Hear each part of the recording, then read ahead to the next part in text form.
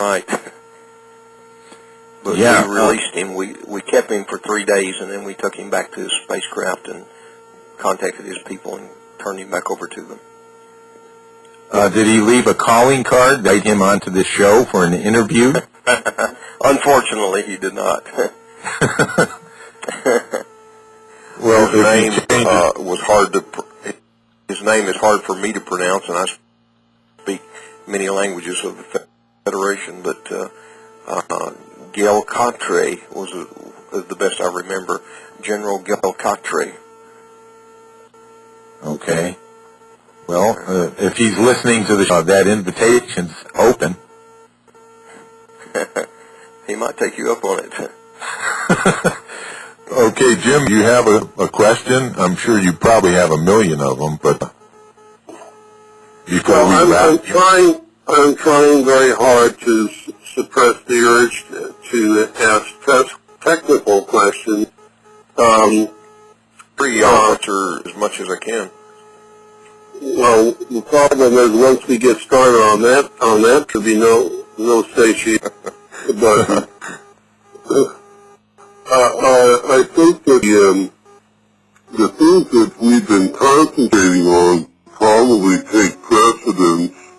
And, we are very interested, Don and me, in getting the word out that humanity has to take responsible for its own destiny if we don't want to succumb to these individuals who want to rule the planet. And that's where we've had the focus for the last, I don't know, Don, what would you say, 6 months? Yes. We've been taught because, primarily my interests all evolve around the work of Nicholas Tesla and other people of that character. And my personal interests involve all of energy sources and proper utilization of power and things of that sort, which I'm sure you're aware of. But even though those are my passions, I've tried to put most of that aside for the sake of being more expedient in somehow lending hand to the expansion consciousness, which we think is an essential ingredient accelerating the evolution of people to the point where they will realize the kind of power that they really have and be able to assist those of us on this planet who want change. That's where we've been concentrating. That's very good. That's the right place, Jim. With the human mind is so unlimited. We as humans sometimes use very small percentage of what capability we have. So the expansion of our mind and consciousness is the formula that we find is necessary to begin to delve into realms that are laid before us in the scientific world that have not been able to be explored because we limited ourselves to the law thought were appropriate laws, but they're beyond that even. I would give you a few examples, but it would be hard to break them down into technology that I can describe in the English language at least. Our spacecraft, let me say this, and I'll give you a vague description. Our spacecraft travel through space with antimatter generators and anti-gravity devices, of course, from the planet. Antimatter generators are basically the central focus of our propulsion systems.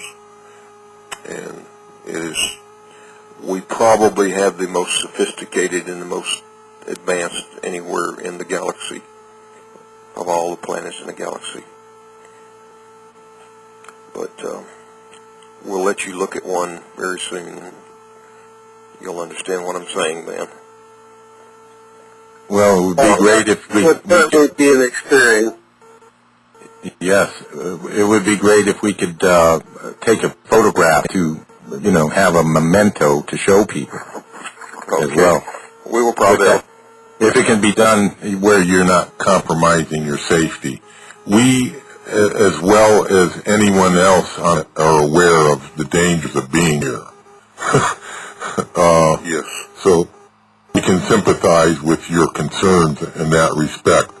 You must know that the hearts of majority of the people are not in the same place, those that rule it, nor those that rule the governments. There may be exceptions, but in general terms, what is going on in leading this planet to destruction and leading this race of students in the locale, in the three-dimensional construct, to its destruction. And it seems that those that desperately have power are willing to do anything to hold on to that power, even destroy it, bring everything down with it. So, just convey this to the people in the Federation that our intent to bring our consciousness to a full awareness of who we really are, our purpose for being alive here at this time, in this location, and the gifts that create gay.